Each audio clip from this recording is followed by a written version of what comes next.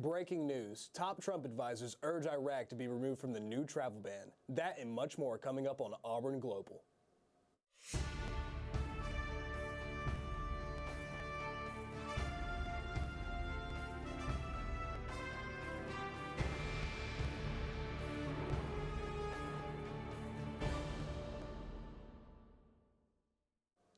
Good evening and welcome to Eagle Eye News. I'm Joey Price. Three of President Donald Trump's top foreign policy advisors have advocated for Iraq to be removed from Trump administration's list of banned countries in his new executive order. Secretary of State Rex Tillerson, Secretary of Defense James Mattis, and National Security Advisor H.R. McMaster made the request. One of the main reasons is Iraq's role in fighting ISIS. Homeland Security Secretary John Kelly also supported the move, but it remains unclear whether the White House has made a final decision. The executive order is expected to be released later this week. Trump delayed plans to sign a reworked travel ban in the wake of a positive reaction to his first address to Congress. The suspected Kim Jong-nam assassins have been charged with murder. Under tight security, the two suspects, Don Thai Wong and Shi Yi Isha, were brought to Sepang's courthouse and the Selagor on Wednesday morning in separate convoys about 10 minutes apart.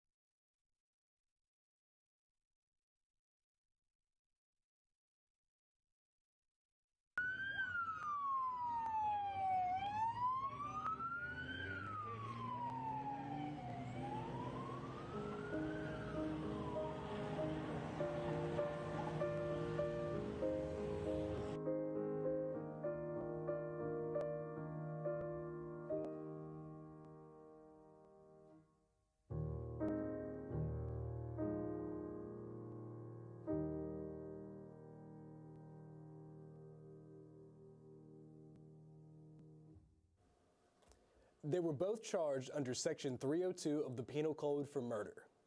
Venezuela only has $10.5 billion in foreign reserves left, according to its most recent central bank data. For the rest of the year, Venezuela owes roughly $7.2 billion in outstanding debt payments. In 2011, Venezuela had roughly $30 billion in reserves. In 2015, it had $20 billion. The trend can't persist much longer, but it's hard to know exactly when Venezuela will run completely out of cash. The question is, where is the floor, said Sibahan Morden, head of Latin America's fixed income strategies at Nermaru Holdings? If oil prices stagnate and foreign reserves reach zero, then the clock is going to start on a default. Scientists claim to have discovered the remains of microorganisms in Canada that are at least 3.77 billion years old. Hoochit News has more.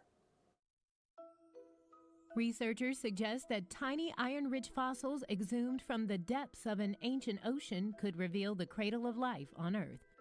Study co-author Matthew Dodd, a biochemist at University College London, believes that these micrometer-scale structures are probably the remnants of microorganisms that once lived with ancient hydrothermal vents.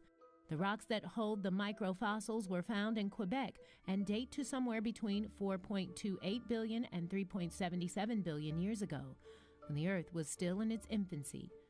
The next oldest microfossils reported are just under 3.5 billion years old, though their validity has been debated. While much testing remains to be done, the study's authors believe the find could revitalize the case for hydrothermal vents as a potential birthplace for life. If they are proven to have a biological origin, they would be the oldest microfossils ever found. At least 15 people were killed and dozens more wounded Wednesday in two separate attacks in the Afghani capital, police officials told CNN. In the first attack, a car full of explosives detonated around midday near Kabul's 6th District police compound, according to Basir Mojahid, a spokesman for the city's police chief. At least 15 died in the blast and 50 people were wounded, Mojahid said, most of the injured civilians. 2 insurgents targeted the police compound, while 2 others entered the nearby police academy, police said.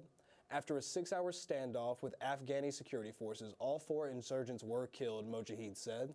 In the second attack, 2 gunmen targeted the Afghani intelligence agency Wednesday afternoon, the police spokesman said. The gunmen were killed before reaching the building. At least 5 people were injured, Mojahid said. Coming up, you'll hear from Ali Klebus and everything happening around the U.S. You're watching Eagle Eye TV on Channel 6.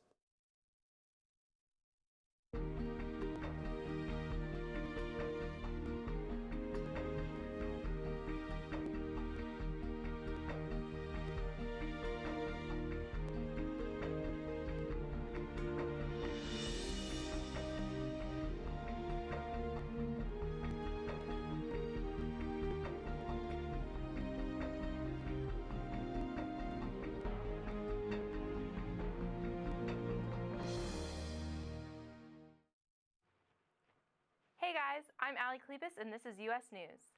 The 89th Academy Awards went down as one of the most memorable in recent history. The Oscars red carpet made a quiet political statement with many stars, including nominees Lin-Manuel Miranda, Ruth Negga, and Casey Affleck donning blue ACLU ribbons. The night was full of firsts, with Mahershala Ali becoming the first Muslim to win an Oscar for his role in Moonlight. Viola Davis also picked up a trophy for her role in Fences, and she became the first African-American to win the Triple Crown for acting. La La Land took home 6 Oscars, including Best Actress for Emma Stone and Best Director for Damien Chazelle.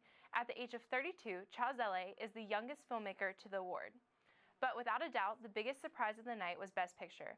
Oscar winners Faye Dunaway and Warren Beatty presented the award and announced that the winner was La La Land.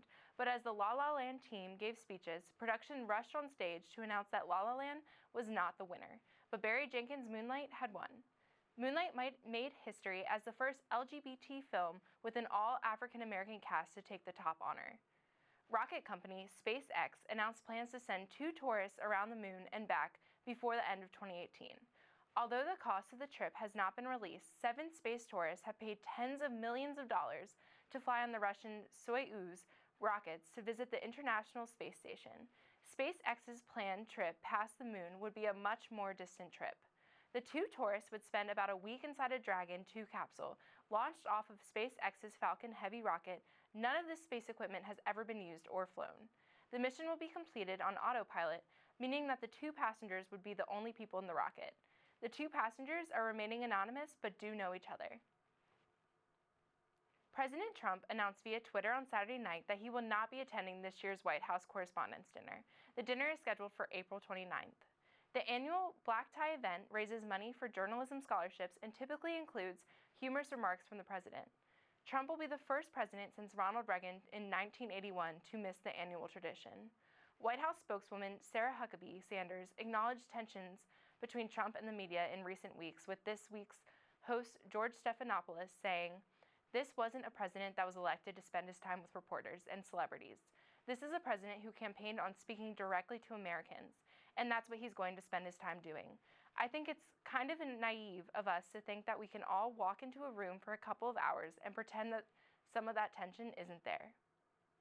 Jeff Mason, WHCA president, said, "This dinner has been and will continue to be a celebration of the First Amendment and the important role played by an independent news media in a healthy republic."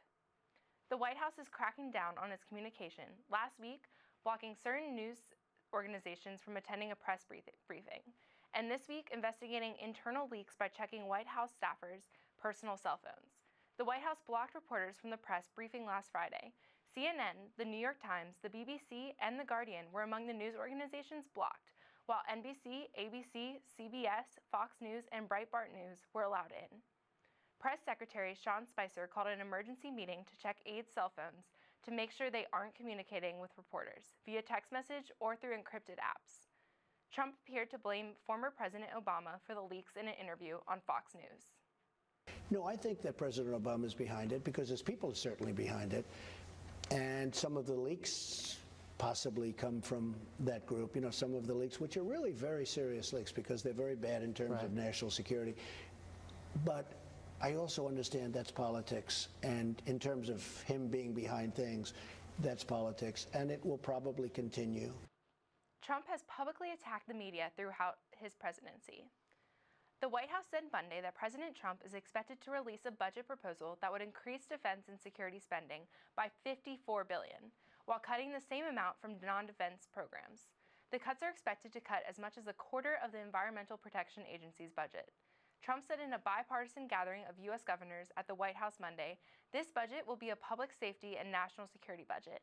An official at the Office of Management and Budget said that the cuts will occur where there is duplication, where consolidation needs to occur.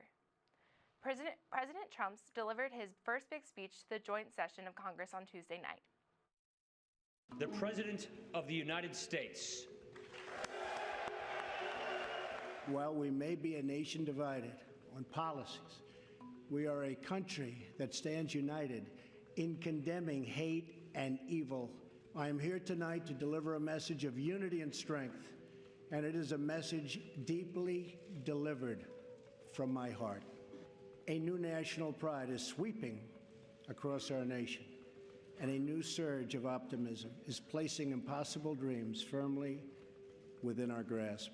We are also taking strong measures to protect our nation from radical Islamic terrorism. So I am calling on all Democrats and Republicans in Congress to work with us to save Americans from this imploding Obamacare disaster. We will soon begin the construction of a great wall along our southern border. Ryan died as he lived, a warrior and a hero, battling against terrorism and securing our nation.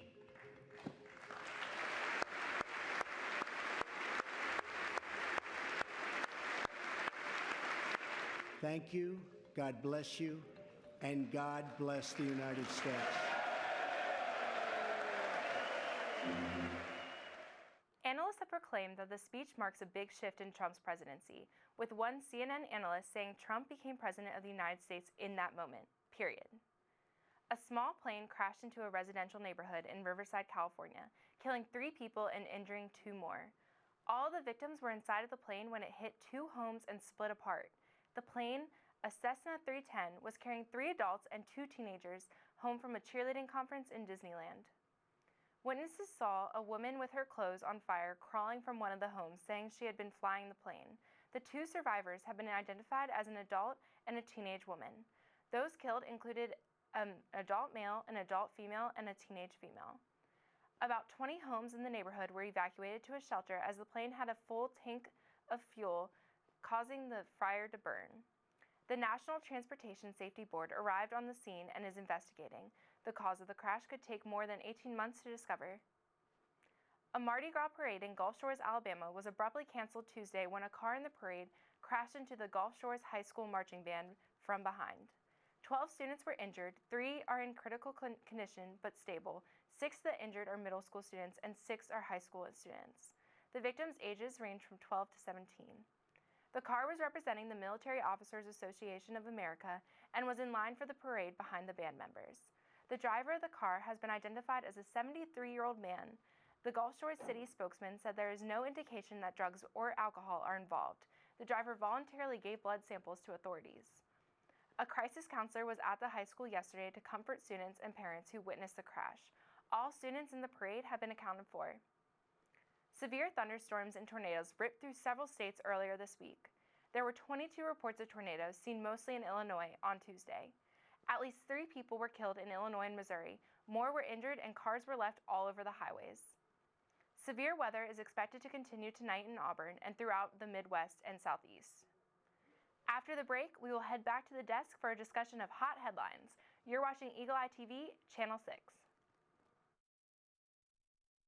I hope that you've been able to learn a strong work ethic surrounded by character, integrity, perseverance, so that when your 1 second comes, you'll be prepared for it. Chris Davis. 45, there goes Davis! Your 1 second, our 1 second is now, and our lives have been guided by the principles of one of the greatest academic institutions in the country, Auburn University.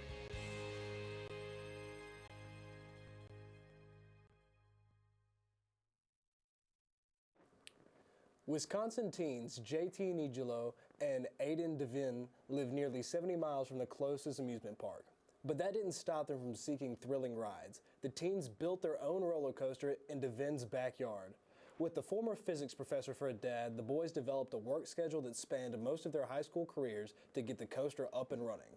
They faced a lot of skepticism from their classmates and teachers, but when the day came for the first rides, the boys proved their time wasn't wasted. Both teams used the roller coaster in their college applications and were accepted into the University of Wisconsin. Nigelo is a freshman there now, and Devin will join him this fall. I cannot imagine. They must be the coolest guys in school. I mean, that's certainly something to brag about. You just have that in your backyard. I mean, I would have tons of friends if I had a roller coaster, I bet. I think I'm just ashamed that I wasted so much of my time in comparison. Because what did you do in high school? Definitely not build a roller coaster. But engineers of Auburn, we need a roller coaster. So feel free to get on that. Step your game up, please. But in other news, pizza is universally loved. The team at #GroundUp wanted to find out why with the hashtag #WhyILovePizza. We have a tweet from @Seth Schaefer that says #WhyILovePizza. It always comes back to me, like literally every weekend. That sounds like a interesting unrequited love story with like pizza. I mean, I would say me and pizza are in love. I probably have it every weekend. Well, I'm biased though. I've been very, very open about my opinion with pizza. Deep dish is terrible. I'm sorry, Chicago. I wouldn't say it's terrible. Well, relatively speaking, it is soup pizza. You could drink it through a straw. All pizza is pretty good. All pizza is pretty good, but not all pizza is equal. There's definitely some better than others. I'm gonna fold my pizza with pride. Shout out to New York. I'm gonna eat pizza with pineapple. Shout out to Hawaii. But well said. Well, that's all for Auburn Global this week. Keep up to date with all global news by following us on Facebook, Instagram, and Twitter at Eagle Eye TV. And don't forget to send us pictures to discuss via our social media. I'm Allie Klebis. And I'm Joey Price. Thanks for watching, and War Eagle.